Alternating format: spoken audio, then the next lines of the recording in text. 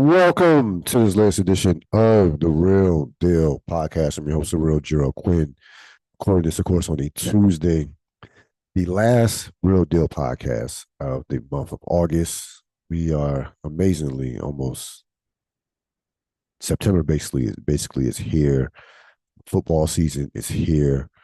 It is obviously the most wonderful time of the year if you're a sports fan. You're talking about got the football. You have the pennant races in baseball. And before you know it, you'll have the NBA, the NHL, and hockey coming up as well. Also toss in some U.S. Open tennis. Um, so this is one of these times of the year that you have to be excited as a sports fan. But we're going to begin, of course, with the football. College football officially returned last week. They had one ranked game with Kansas State in Iowa State. But really, this weekend really marks the real week one in college football. They've eliminated the week zero. They don't call week zero no more. So week one stretches from August 23rd to September 5th. Excuse me, not September 5th. Basically September 5th. September 1st, Labor Day, Monday on Labor Day. So this is really the college football's kickoff this weekend. You have some tantalizing matchups. You have some big time matchups for this week. And again, I think when I look at it before we get to these matchups, the big week one showdowns, and you have like four of them, well, at least three of them. I'm not going to call Alabama and Florida State a showdown, but that will be an intriguing game to watch. Now, I'll tell you why in a couple minutes.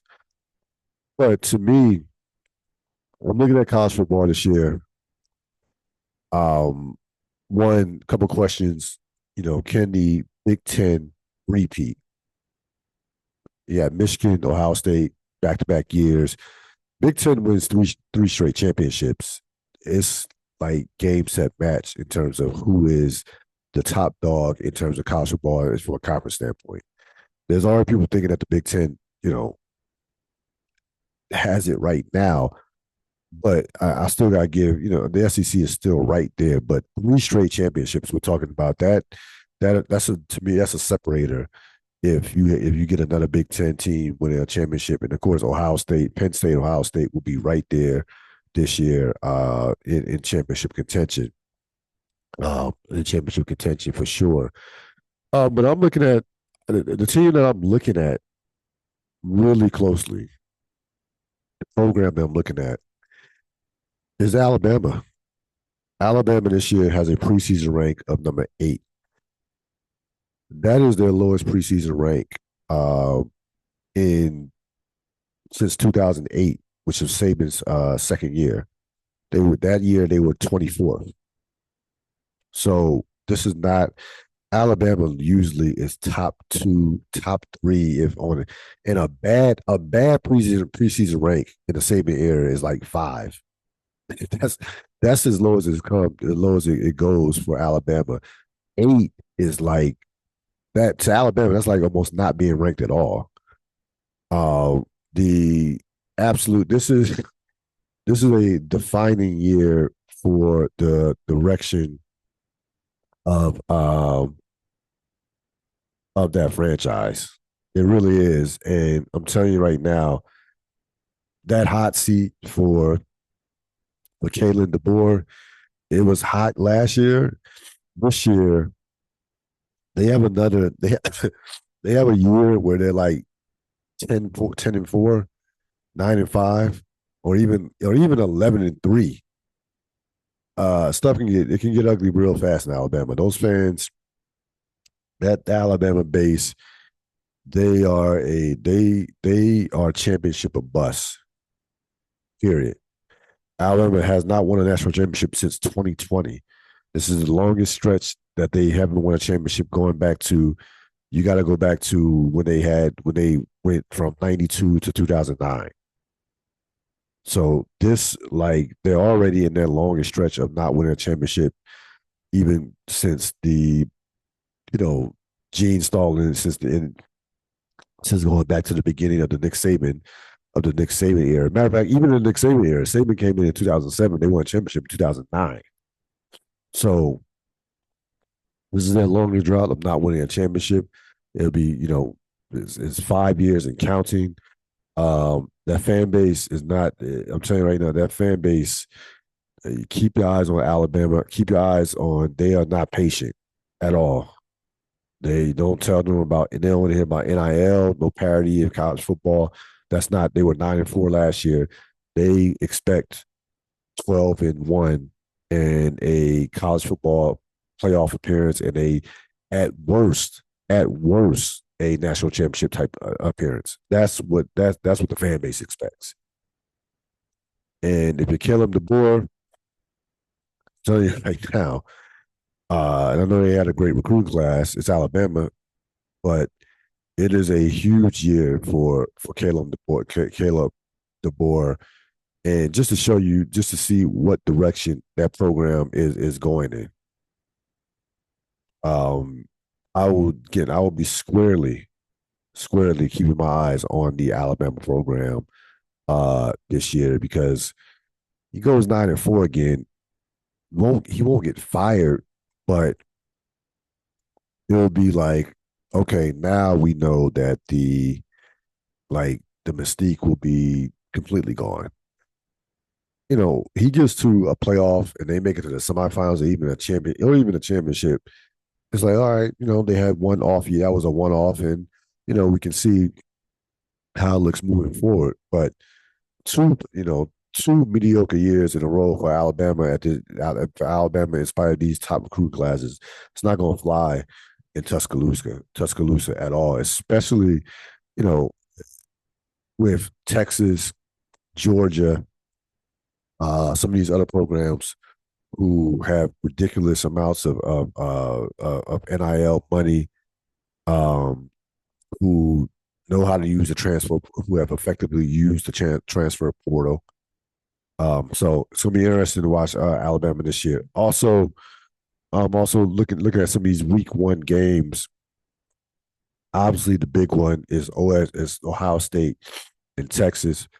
Um, Listen, with the college football playoff, these late August, early September, even somewhat early October games don't mean as much as far as you can lose early in college football. We know that in some cases you can lose multiple times in college football.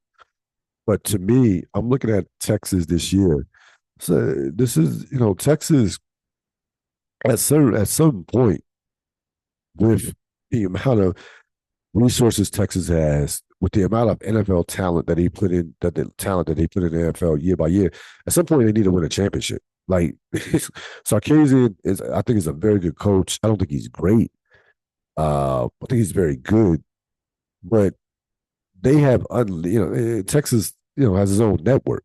They have unlimited resources. They like go look at the Texas endowment. So at a certain point, you that needs to like they need to win a championship. Like I almost look at them like I did the Dodgers uh a few years back, and before, not last year, but in 2020.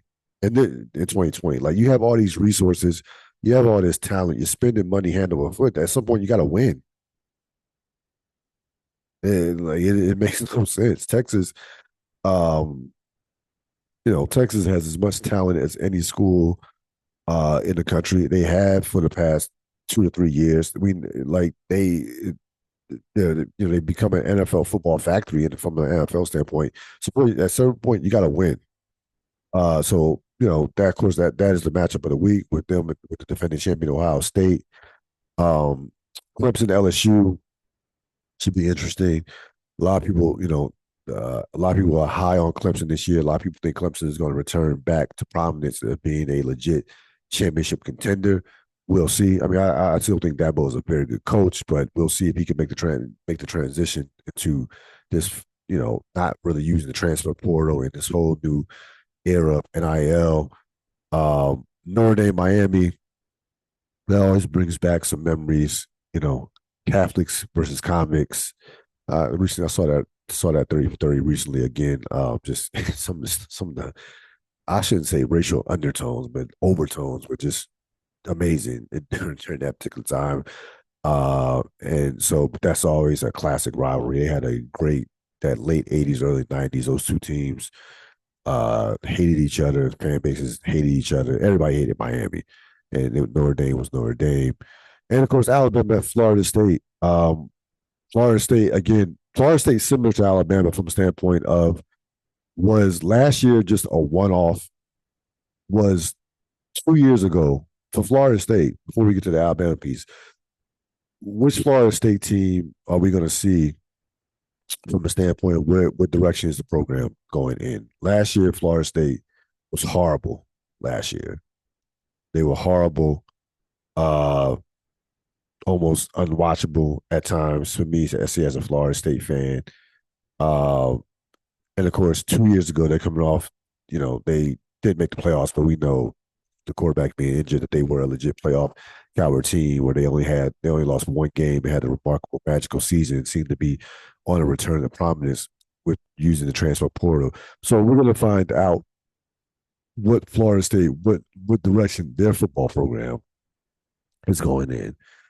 Was last year what it's going to look like moving forward, or was 2 years ago, or are they closer to that team that was 2 years ago to where maybe not they're not a 13-1 type team, but maybe a playoff team um, for the foreseeable future, or a playoff caliber team for the foreseeable future. Mike Norville gotta be. It's going to be on that.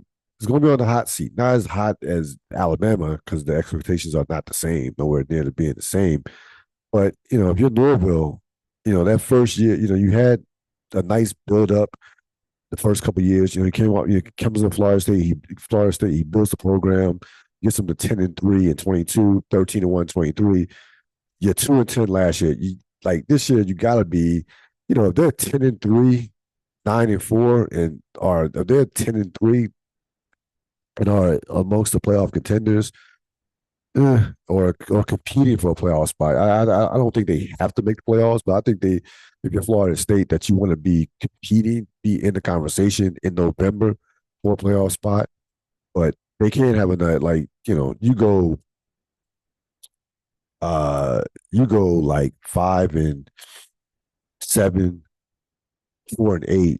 You're gonna be hearing Deion Sanders's name quickly in Tallahassee. I'm telling you right now.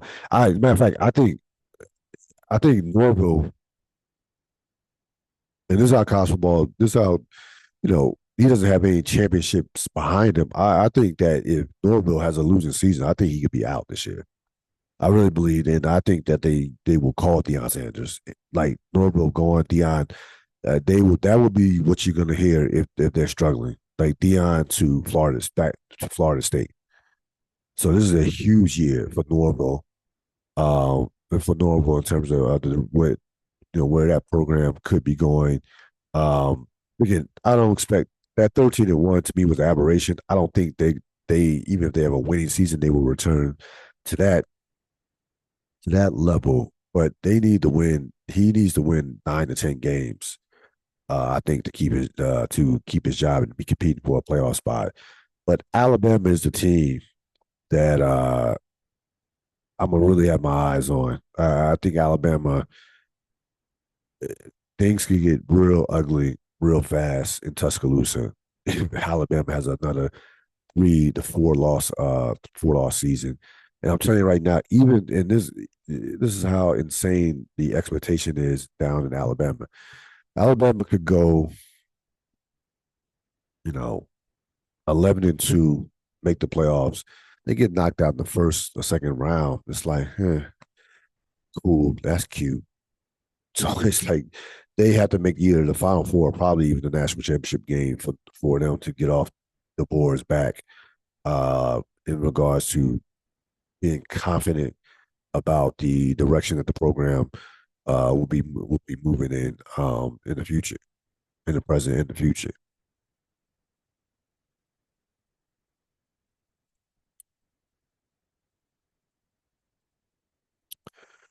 5 burning questions for the NFL season.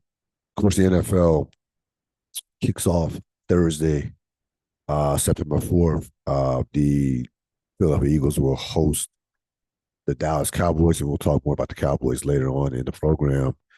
Um, and you five burning questions to me that could define the 2025 season. And I'll begin. I think the number one question is, can the Eagles repeat?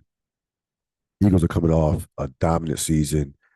They had as dominant run in the playoffs as you will ever see, scoring 55 in a conference championship game, the most points in a playoff game in the Super Bowl era, matter of fact.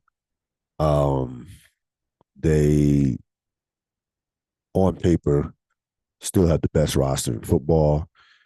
Um, Obviously, we haven't gone that far without a repeat champion. The Kansas City did it in 22 or 23, but before that, it had been what 18 years, well, excuse me, 19 years since we had a repeat champion with the Patriots doing it in 03, 04. So it hasn't happened that often recently. This Eagle team is absolutely built to repeat. Um, well, first of all, before they repeat, it'll be interesting to see will they repeat as divisional champs. We haven't had a divisional repeat winner in the NFC East going back to the Eagles. Eagles had a run where they were division champs from 01 to 04 when they made those four straight conference championship appearances. So there hasn't been they were the last franchise in that division to repeat. And I fully expect that they will repeat division from a divisional standpoint. I'd be surprised, if not shocked, if the Eagles don't win the division. But I listen, this team is absolutely loaded. They return basically almost all of their main players from last year's team. They've done a phenomenal job with the salary cap, done obviously a brilliant job with drafting, developing talent. Is Georgia and Alabama U. It's amazing how many Georgia Bulldogs and Alabama players they have on their team, especially Georgia Bulldogs. Um, I think with the Eagles, you know, I think what you're going to see is, eh, can Jalen Hurts take a next step? Because these defenses, listen, defenses are not dumb. These defenses are paid. These defensive coordinators are paid to coach and prepare and to stop and to adjust to your strengths over the course of seasons. I think that you will see teams absolutely, absolutely sell out in terms of containing the Eagle run game to make Jalen Hurts beat them week in and week out. So I really would be a lot focused on, I think Jalen Hurts played well last year. Played well last year, and the most important thing that he didn't get enough credit for is the fact that he did not turn over the football. So I think he's going to make more plays this year. I think Saquon Barkley has a still has some gas left in the tank. He took a lot of had a lot of carries last year, but they have a still a top offensive line. But again, these defenses adjust from year to year. Like, you can't come out doing the same thing and expect it to work in the NFL. The game moves too fast. These defense coordinators are too smart. And I think this will have to be a Jalen Hurts. I think he will have to be close to his MVP form or runner-up MVP form that he was that in 2022. I think he'll have to be close to being that player. I don't foresee situation constantly. I don't see games where, or them winning a championship or even getting back to the Super Bowl, where he's struggling to crack 100 yards and you can just ride the coattails of Saquon Barkley and that defense. I think the defense will be still a top 5 to 10 defense. And I think that, offensively from a standpoint that, Saquon Barkley will not just, the law of averages tell you that he's not going to have a near historic rushing year, that's going to come back. He's going to come back to the pack from that standpoint. And that means that your franchise quarterback has to go out there and keep the defense honest and not have, make the defense not be able to sell out completely on Jalen Hurts, on Saquon Barkley. I love the Dillon pickup by the way from Green Bay. Like that dude is that's again that is a brilliant pickup as a second running back. Like Dillon, Corey Dillon, not Corey Dillon, but that guy, is 230 pounds. They're gonna they're gonna run the football. They're gonna run the football, but these defenses will not allow Saquon Barkley to just, I think, dominate at the level that he did last year. They're gonna have to do. It'll be interesting to see how the Eagle offense evolves. They're gonna force the Eagle offense to kind of evolve and not be dependent on the same things that they were able to accomplish last season. Will the Chiefs take a step back? Now, there's been a lot of chatter. Let me just remind you of how dominant the Chiefs have been over the past in the Patrick Mahomes era. I just gotta pull up their record in the last 5 years, 7 years.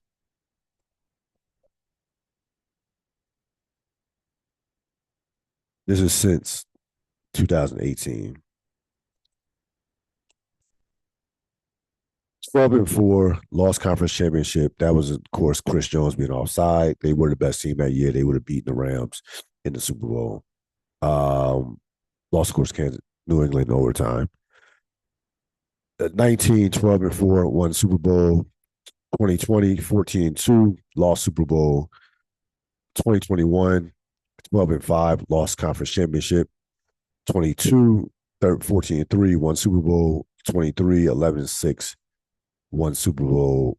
24, 15-2, lost Super Bowl. So their worst combination of record and playoff result has been 12-5 and lost the conference championship in 2021. The least amount of wins during that span is in the regular season is 11, and that was in 23, and they won a Super Bowl that year. They have not won less than 11 games going back to 2017. That's the year. That's when Alex Smith was the quarterback. So 7 straight years in the conference championship. 7. So to me, a step back is like would be I would view a step back as them let's say 11-6 and not going to a conference championship, or not winning the division and not going to a conference championship. That's a step back. So I believe that is there anything in me that feels like they won't be in the conference championship.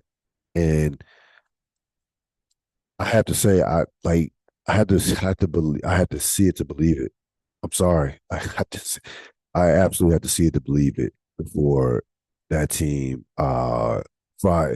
Like at some point you would think that either the Bills or the Ravens are going to eventually break through and get to a Super Bowl and possibly win a Super Bowl at some point. One of those teams, not both of them.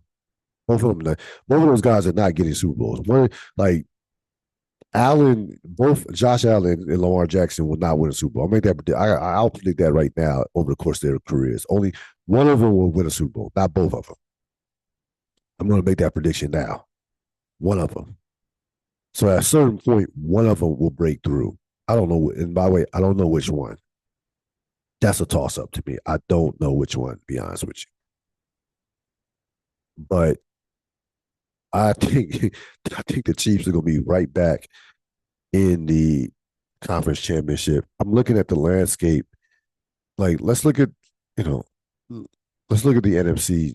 Um, let's look at the AFC in the NFL right now quickly.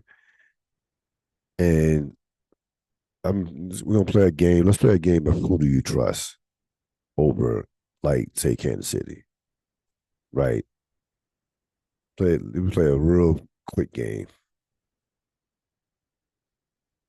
So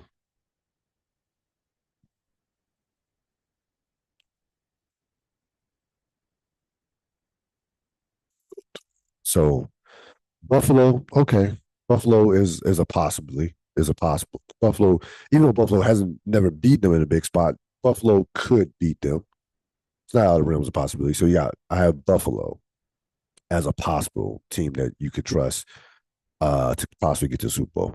Miami, no. New England, no. The Jets, no. Cincinnati, no. Cleveland, no. Pittsburgh, no. Baltimore, possible. Tennessee, no. Indianapolis, no. Jacksonville, no. Houston, no. Denver, no.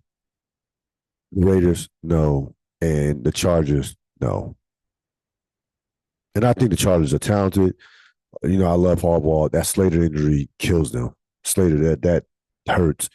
But that's it. There are only two teams that I can make a case for that could beat Kansas City in a playoff game. That's it. There are two teams. So it's like Kansas City is getting one. Kansas City is getting one of those spots in the AFC Championship. You can book it. I'm not again Denver. I like the quarterback in Denver. Denver had a very good season last year. I'm sorry. I'm not there with Denver. I'm just not. Not. I'm just not. I don't trust any of these. I don't Cincinnati's defense is I know they signed Hendrickson, which was, you know, to give him up a $14 million bonus. They'll be dealing with this time next year with the where you know where he could end up. But they bought themselves at least 1 year from that standpoint. But I don't trust that even with him last year, he was all pro and the defense stunk. I think they're too top heavy with how much money they've given to their, you know, Burrow. You have to sign. So Burrow Chase, you didn't have to get T Higgins the amount of money he gave. I said years ago on this podcast, I thought that T Higgins should have been the man out, and you take some of that money and you shift it to your defense. I don't again, but that's Cincinnati and Cincinnati. So I don't trust any of these teams outside of, you know, Kansas City probably is going to have to beat one team to get to the Super Bowl. And that's either or Baltimore or Buffalo. I don't think they will have to beat both of them. I think more likely they'll probably have to beat just one of them. So I don't see a situation where uh, Kansas City takes a step back. I mean, you know, when a team is so dominant for so long, it's almost like, yeah, this year, you know what? We start looking at reasons why we think they are going to take a step back. Like their quarterback is still in his prime, and they still have the best coach in football. So I'm like, I can't, I'm not, until I see it, I think Kansas City will be right there as a Super Bowl contender and AFC contender as well as a Super Bowl contender. The biggest threat to the Eagles in the NFC, Eagles are clear cut number one. When you look at the landscape in the NFC, um, there are obviously certain teams. Um, there are obviously some candidates. When you talk about, I want to look about like who gave the Eagles problems last year in terms of the matchups. Who gave them problems last year? And number one at the in terms of talent, I think the Detroit Lions are probably the biggest threat from a talent standpoint. I thought Detroit was probably the second best team in football last year. The injuries, and I say this as a Commander fan, that Commander win against Detroit was, look, we certainly will take it. It was the biggest win that the Commanders had since 1991 in the playoffs, get to a conference championship game.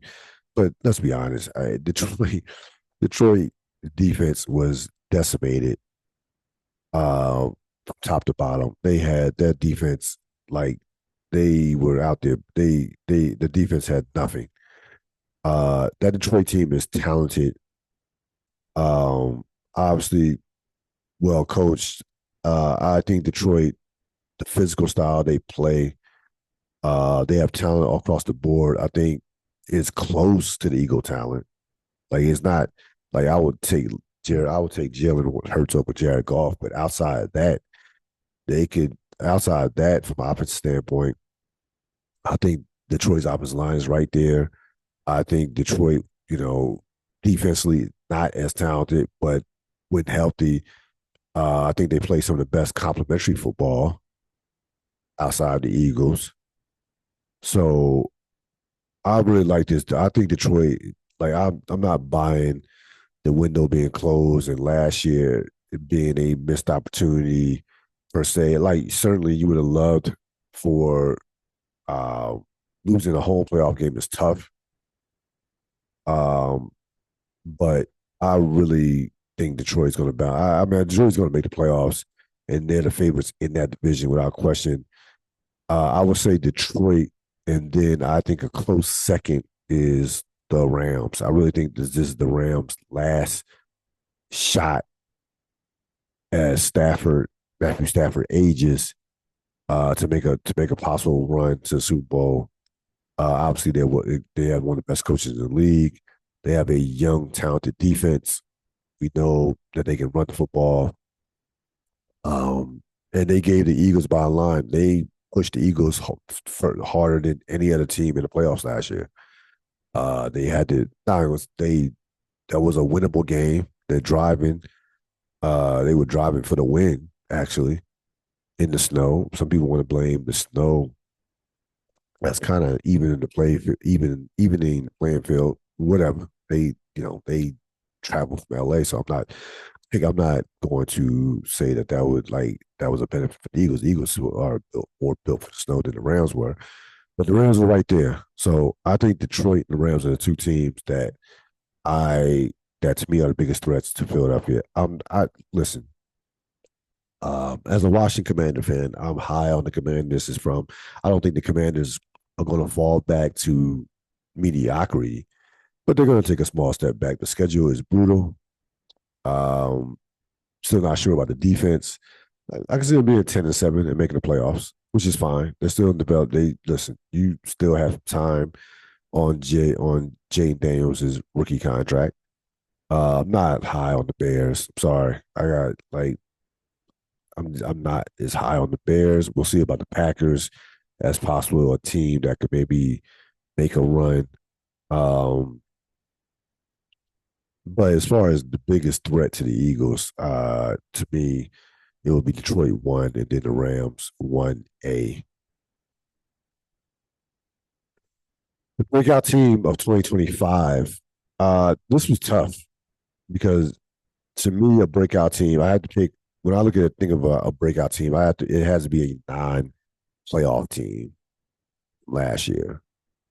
And when I looked at the non-playoff teams from last year, which team has a chance to take the biggest jump or to make some noise? I kind of like they might have not had the most talent out of the non-playoff teams, but in terms of the coach and quarterback, I'm going to go with the New England Patriots. So there are three things New England has going for them going into the season. First, you have a professional coach. You have a top coach. I believe Vrabel is a legitimately top 5 to 7 coach in this league. I thought you got a raw deal in Tennessee, and it's going to be their loss. New England's game. They have a quarterback who we know is talented. Got the shit kicked out of him last year, made mistakes, but again, he was in a possible spot to succeed. There was no way with that roster that he was going to succeed. So you had the coach, the quarterback, And most importantly, similar to the Commanders last year, you have a soft schedule. Uh the New England has the second easiest schedule in the NFL. That makes a difference. That division is terrible, um, to say the least, outside of Buffalo. Josh McDaniels is the quintessential coordinator. He's not a coach; he's a coordinator. And some guys are coordinators, like Romeo Cornell. Those guys, some guys, Norv Turner. Though Norv did have some decent years with Washington and San Diego, but ultimately he was at his best as a coordinator.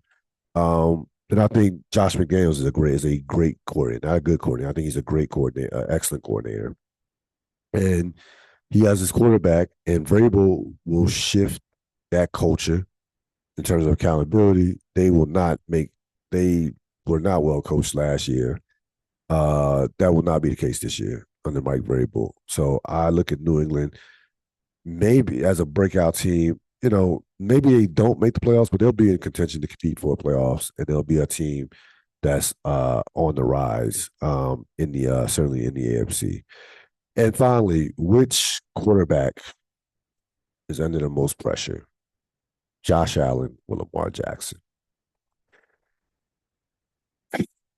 This. I would say had to lean. I would have to slightly lean. I think both of them are under enormous pressure.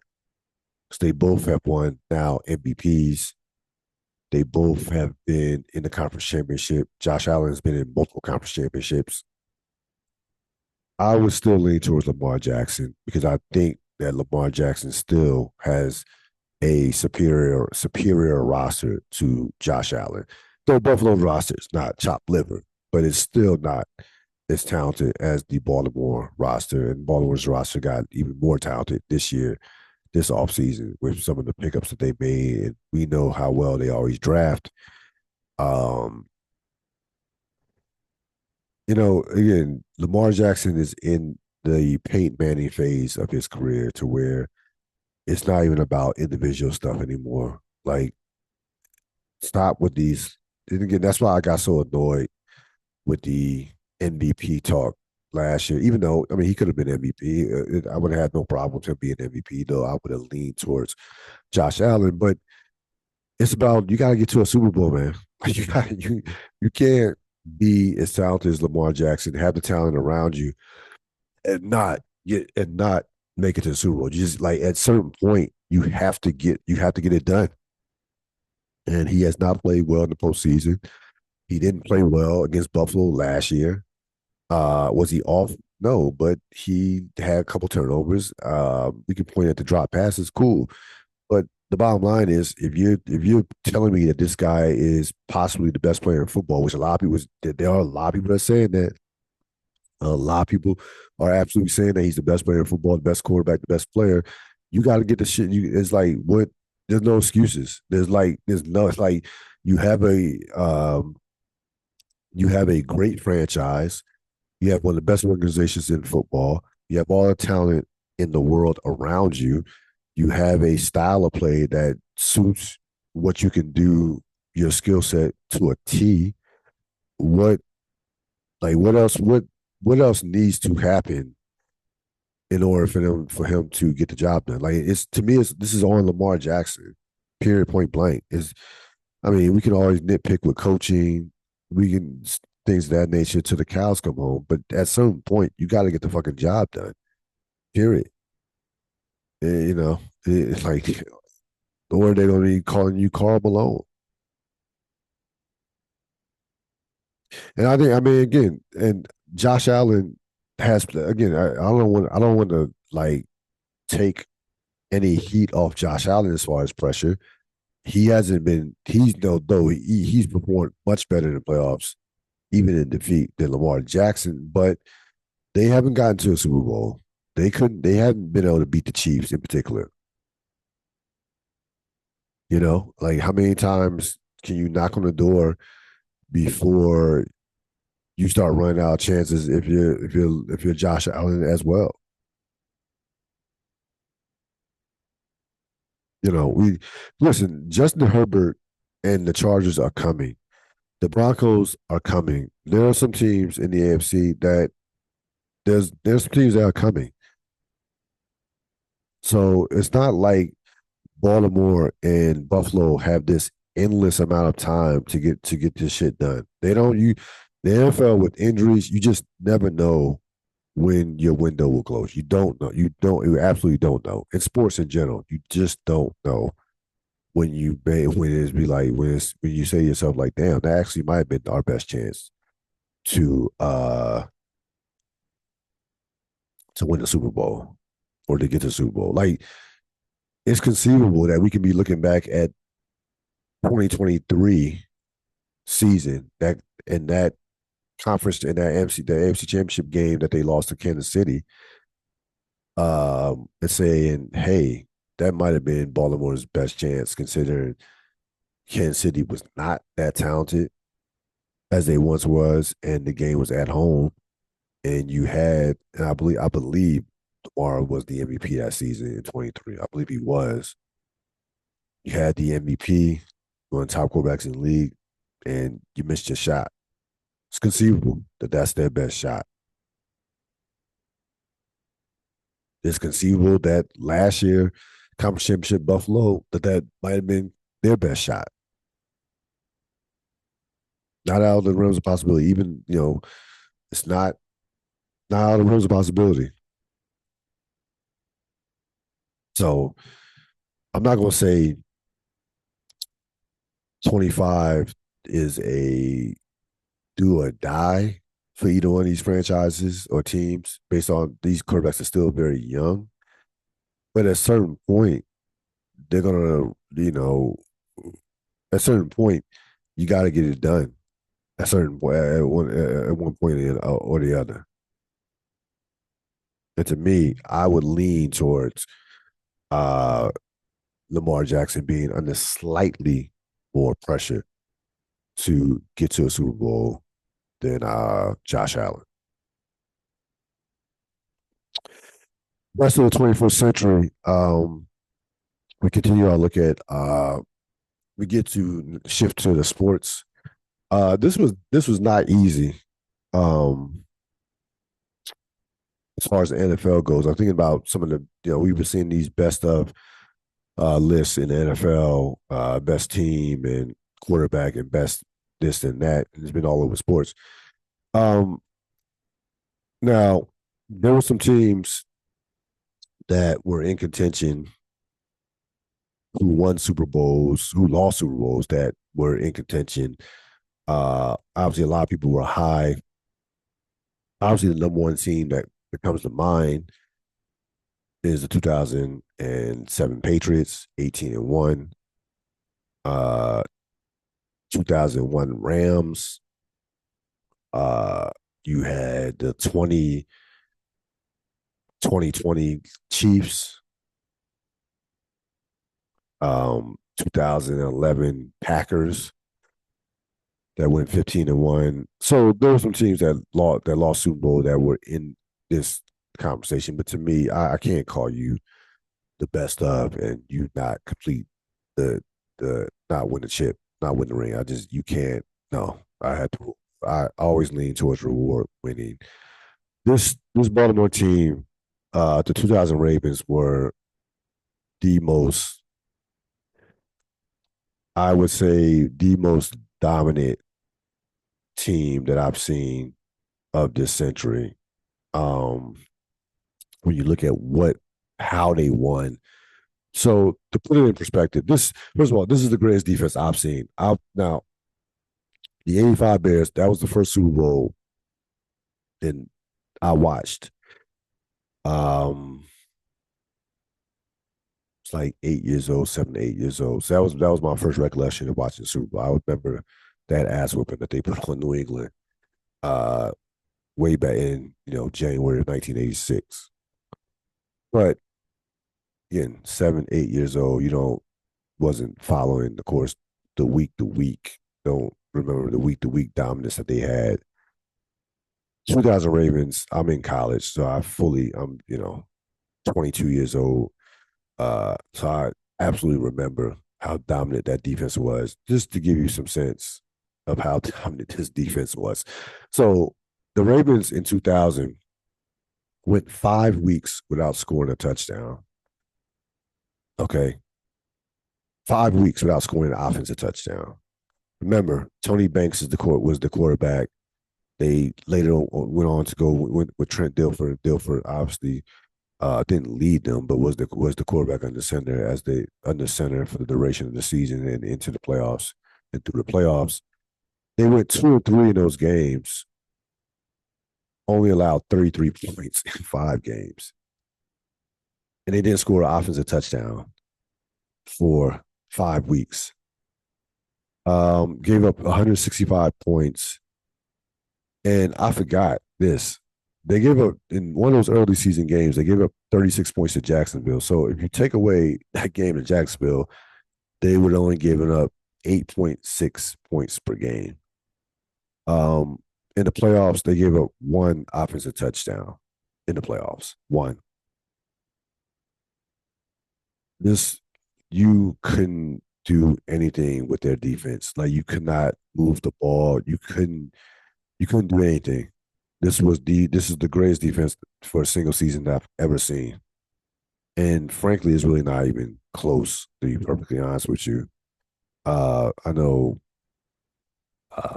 Broncos had a great defense in 2015. That year when they won it. Last year, the Eagles defense was great. Certainly was a great big time defense. Um, but Tampa Bay 2002 season. But this defense, this was next level dominance.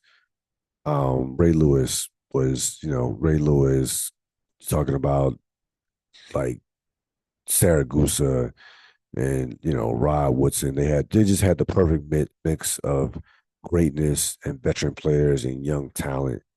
Marvin Lewis, of course, led them, and I just think, man, like and offensively, Jamal Lewis's running back was very good.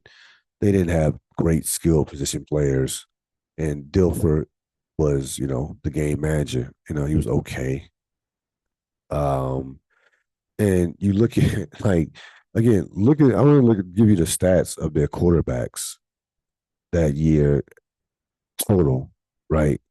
Their quarterbacks that year, first of all, offensively they finished they only averaged 20 points a game offensively. They averaged 20 points a game, which was like 14th. They only gave up 10 points a game. 10 points a game. That's total. 10 points a game. And that was with giving up 36 to Jacksonville. Um, Playoffs 21-3, 24-10, 16-3, 34-7. So just completely dominated. Um, they their quarterbacks numbers cumulatively between Banks, Dilfer, their quarterbacks threw for this is what their quarterbacks did. Their quarterbacks threw for 20 touchdowns and 19 interceptions, 2,815 yards. So they didn't even crack 3,000 yards and barely cracked 20 touchdowns. Almost had as many interceptions as touchdowns. Averaged 5 yards a pass attempt. Let me think about that for a second. 5 yards per pass attempt that their quarterbacks average. Now, the the defenses, the opposing quarterbacks against Baltimore that season, 11 touchdowns, 23 interceptions, just under 3,000 yards passing, 5.3 yards attempt per pass attempt. Like again, that is it. It's yeah. Again, I picked them because it's just pure dominance. Like their defense was the most dominant unit. That is one of the most dominant units in NFL history. Frankly, it's in the conversation as most dominant unit in NFL history. Um, Again, to go 5 weeks without scoring an offensive touchdown and still be 2-3, you just like that. It's just it was just remarkable. Like and it started. It started. This stretch started with they had stretched with so they win 12-0 against Cleveland. They 15-10 against Jacksonville. They lose to Washington 10-3. Uh, they lose to Tennessee 14-6. Lost to Pittsburgh 9-6. Yeah. So I mean, so their deep again. Their defense. That's an all time great defense. They played some of the best complementary football that you can play. They kept the game just very simple. Like we're gonna stop the run. Well, you can pass. You can try to pass. Good luck with that. And we're gonna run the ball, and we're absolutely gonna take the ball. We're not gonna make Trent Dilfer do too much. So we're just gonna just keep it simple. Make one play a game, which Shannon Sharp would make in the playoffs, especially in the playoffs, and keep it moving. Like we're not gonna make this thing complicated. We have the most talent. We have some all time great talent on defense. We have again a perfect mesh of veteran guys um, with young players. We have arguably probably at the time one of the best defensive players in the league in Ray Lewis, but definitely the best linebacker in 2000. And we're just going to just keep this thing simple. So best of the 21st century goes to the 2000 Baltimore Ravens. Were there more complete teams? Sure, there were more complete teams. And I know you're going to say, well, what about the Patriots with a Tom Brady team? What about one of those Peyton Manning teams that won the Super Bowl, let's say in '06? What about there were teams that like I know it's hard to get to not. What about one of those Kansas City teams with Mahomes? I just look at when I looked at pure dominance from the start of the season to the end of the season, and I look at history from a historic what team in the 21st century left a historic taste in your mouth as far as what they did on the field. I just think the 2000 Ravens were the epitome of that. And again, this would have been easier. Patriots 19-0, then Patriots 19-0 and '07. Then this is not even a discussion. Like that's one of the great teams of all time in the history of sports. But 18-1, they going 18-1 didn't cut it in 2007. 18-1 didn't cut it, will not cut it in 2025 on this list. But it's with some real thoughts. First, I get to the Terry McLaurin signing um, with the Washington Commanders. Of course, I'm not in the least bit surprised by this. We know that these holdouts, guys, for the most part, 99.9% of the time, do not hold out or miss games. Um, so giving you some of the details of the contract. Now, all the details have not come out, but the contract could be worth up to $96 million. That means it's not exactly $96 million when they say up to.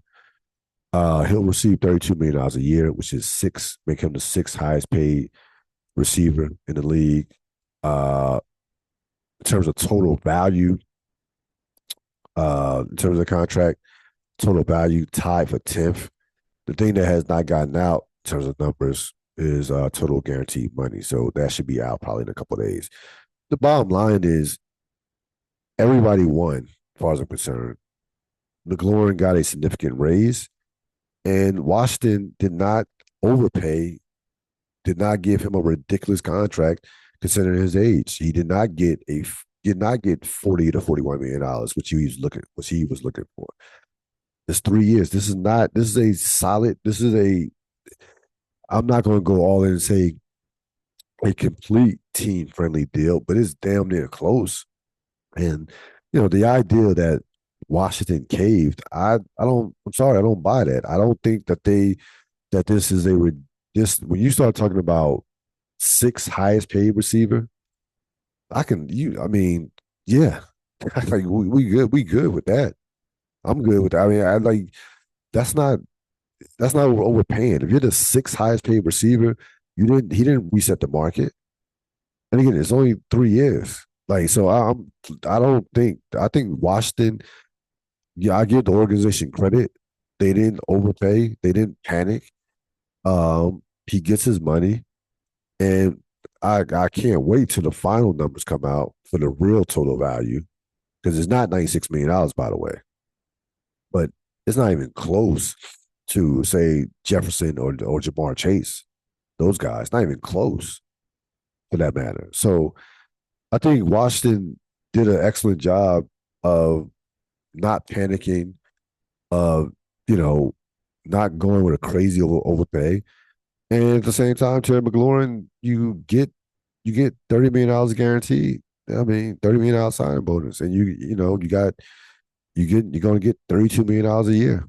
So for a guy who's going to turn 31 during the season, that's a win. This is a win for both teams. I don't see a situation where um anybody lost if you're Washington, if you're the Commanders, or if you're Terry McLaurin. I don't see where it was a situation where it's like, damn, how could you give him that? No, I think this was a pretty fair deal.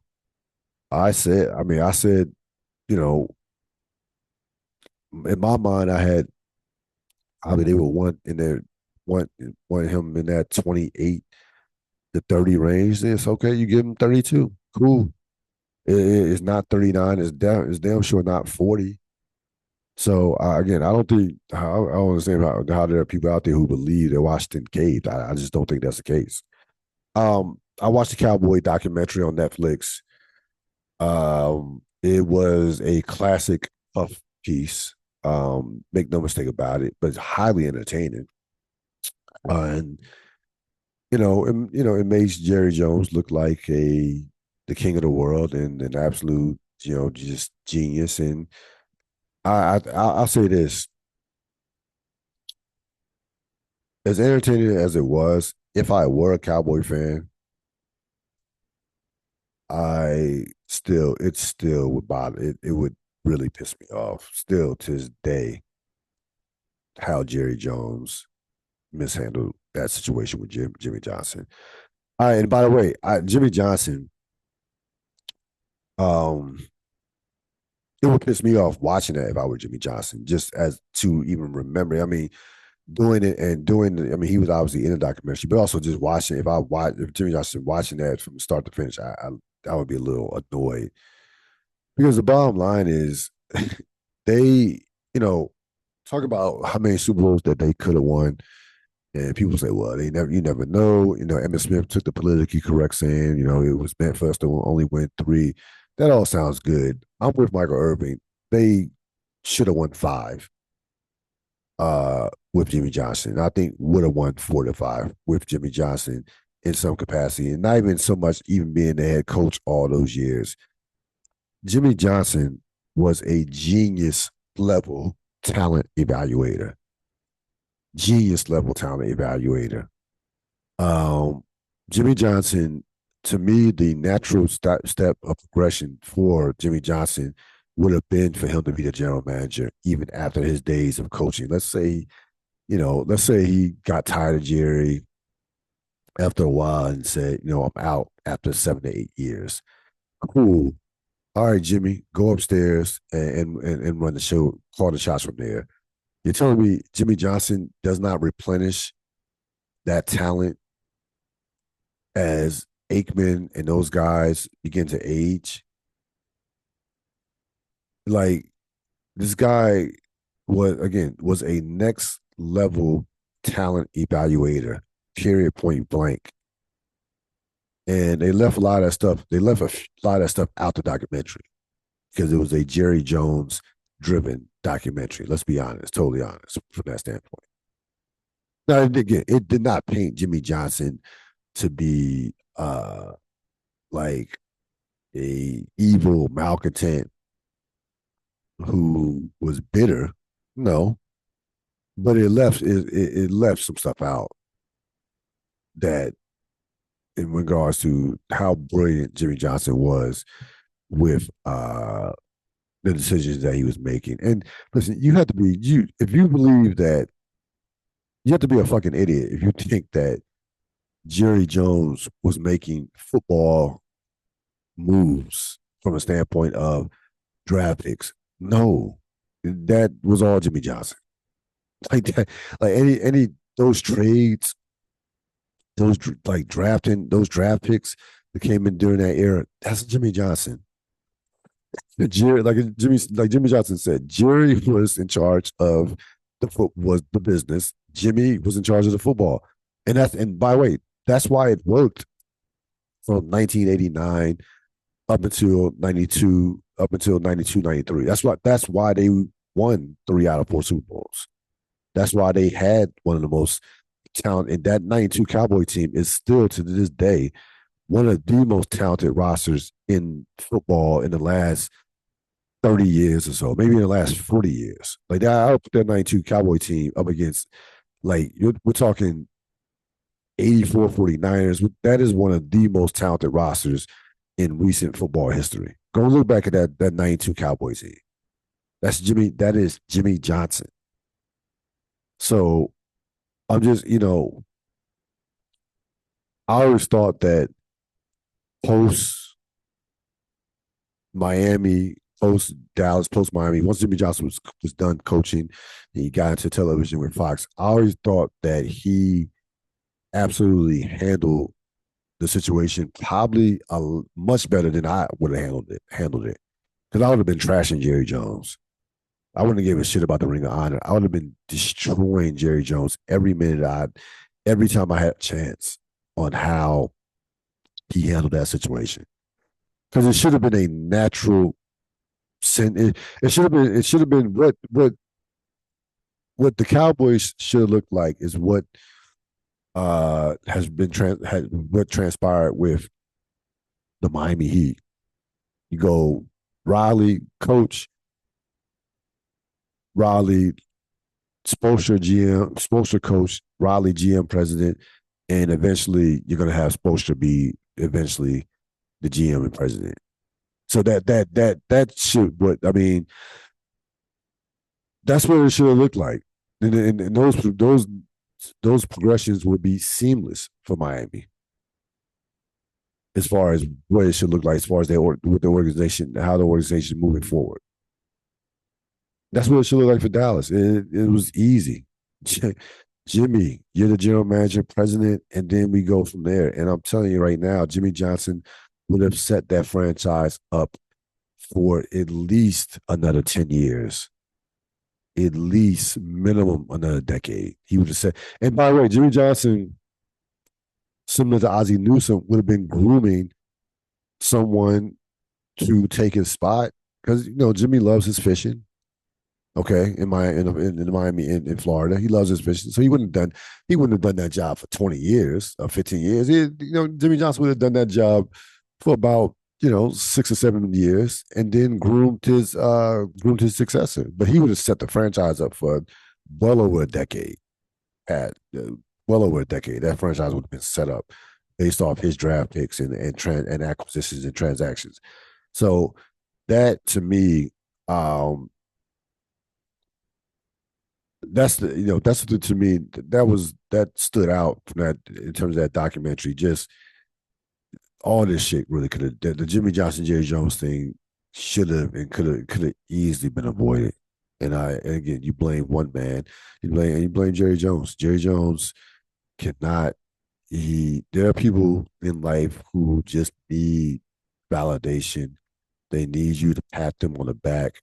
They need just they the energy of being told that they're good or being told that receiving credit. Like they're just people who just egos have to be fed at every minute, and Jerry Jones falls under that.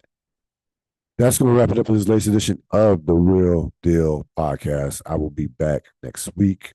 Have a great, great rest of your week. Enjoy the college football. So long.